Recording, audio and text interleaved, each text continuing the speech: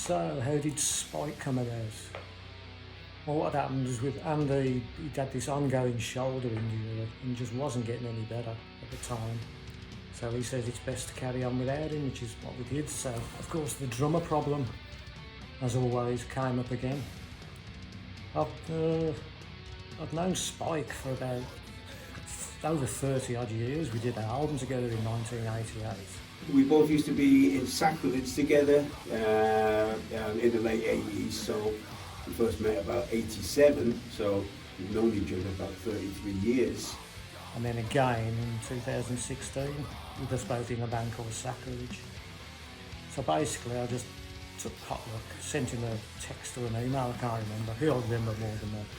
Well, last summer, August 2020, I got a text out of the blue from my old mate Frank. I just said to him, we need some help on the drums, can you help us out? And he said, yep. I think he thought it was for a show or two. And he goes, when is it? I goes, when's what? He goes, the shows. It's not shows, you're doing the album, whole album. Just took him back a bit, but he agreed to it. He called me knowing that, I play that kind of stuff, although I hadn't played the more, the more extreme metal side of playing for a while. It's been more punky drumming. But anyway, he trusted me and trusted that, I would be able to do the job. So I got him to send me the material to see, if I felt comfortable with it, and I loved what I heard. So I said, yeah, I'd be, up for doing the album, and that's as far as we got to with that. And that was basically it. A couple of texts and a phone call, and he was in the band.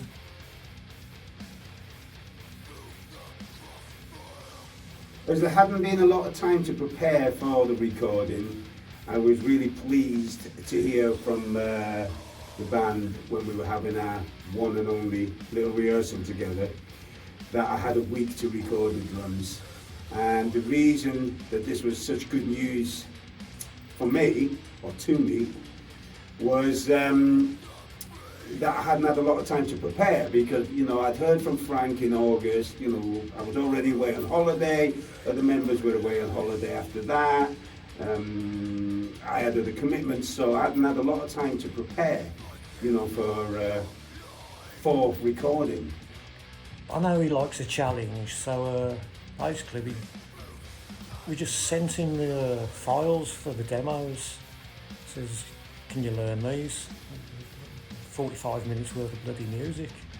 And we work a bit different in Memoriam. We just sort of put the demos down, send them to each other. We sort of get the ideas going, and then me and Scott will get together and sort of work out the structures of the songs and what have you. But when it gets to the studio, Scott just leaves us to do what we like. He's got the main parts of the songs. I can come along and have a totally different view of how it's played in my head, and I just play completely different bass to what's usually done.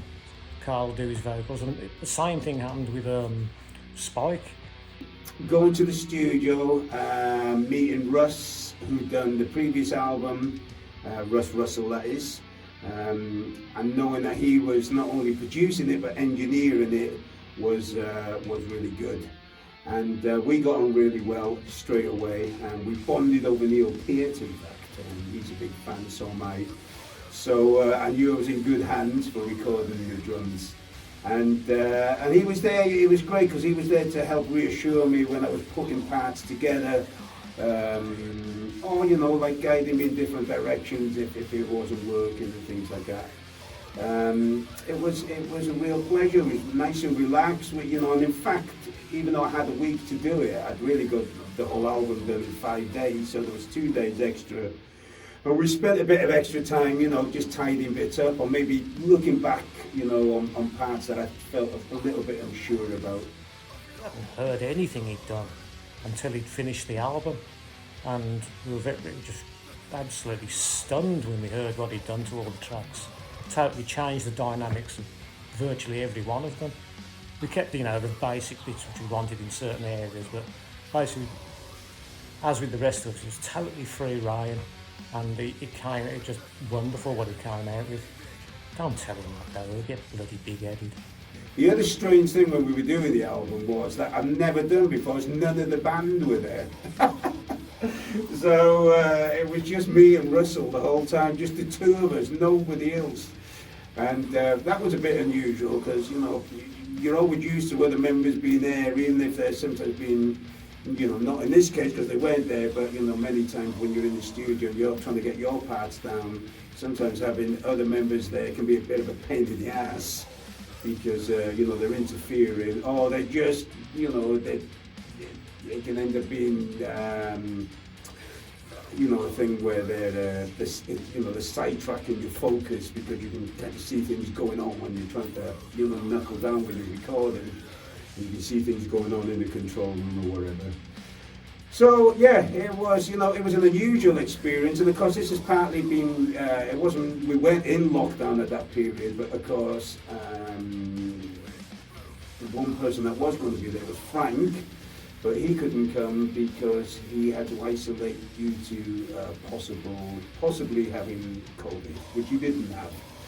So yeah, you know, it was a great experience, unusual but brilliant. I mean, Spike's involvement with the album was virtually straight away. We'd only actually rehearsed for about an hour together, and that was the first time we'd met Scott and Carl as well. I was okay with him, but those two had never met him, but luckily enough, he got on fantastically with them, so that was like 90% of the problem gone when you get on with somebody. But for the album itself, we didn't just do what you feel's right. And like I said earlier, you know, we didn't hear the drumming on the album until we went in there after we'd finished it, which is the way we like to work, because sometimes you can have it too scripted and you lose that feel. You need to have everybody's input into it, and it works for us.